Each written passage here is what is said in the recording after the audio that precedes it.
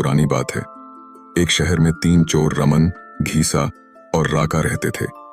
ये तीनों थोड़ी थोड़ी विद्या में पारंगत थे और इस विद्या के कारण उन्हें बहुत घमंड था। अपनी विद्या का इस्तेमाल करके ये चोर बड़े बड़े लोहे की तिजोरियां तोड़ते और बैंकों को लूटते थे। उनकी इन करतूतों से शहर के लोग परेशान थे और उनकी नाक में दम हो गया था। एक बार इन चोरों ने शहर के सबसे बड़े बैंक में डकैती डालकर सारा धन चुरा लिया।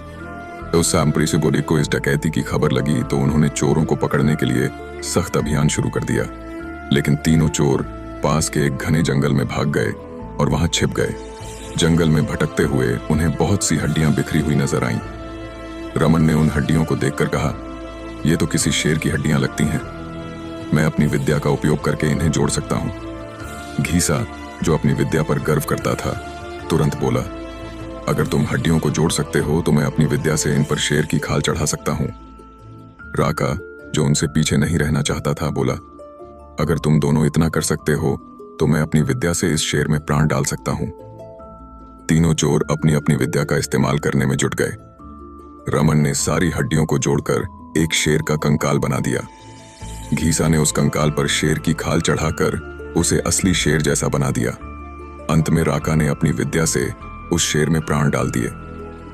कुछ ही पलों में वह शेर जीवित हो गया और जोर से दहाड़ने लगा। तीनों चोर अपने ही बनाए भयानक शेर को देखकर कांपने लगे। शेर भूखा था और उसने तीनों चोरों पर हमला कर दिया। वह उन तीनों को मारकर खा गया और फिर जंगल में चला गया। कहानी से शिक्षा। इस कहानी से हमें यह सीख मिलती है कि घमंड विनाश का कारण बनता है।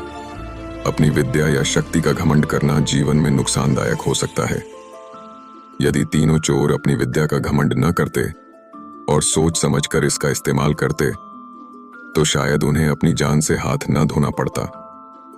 हमें हमेशा विवेकपूर्ण और विनम्र रहना चाहिए।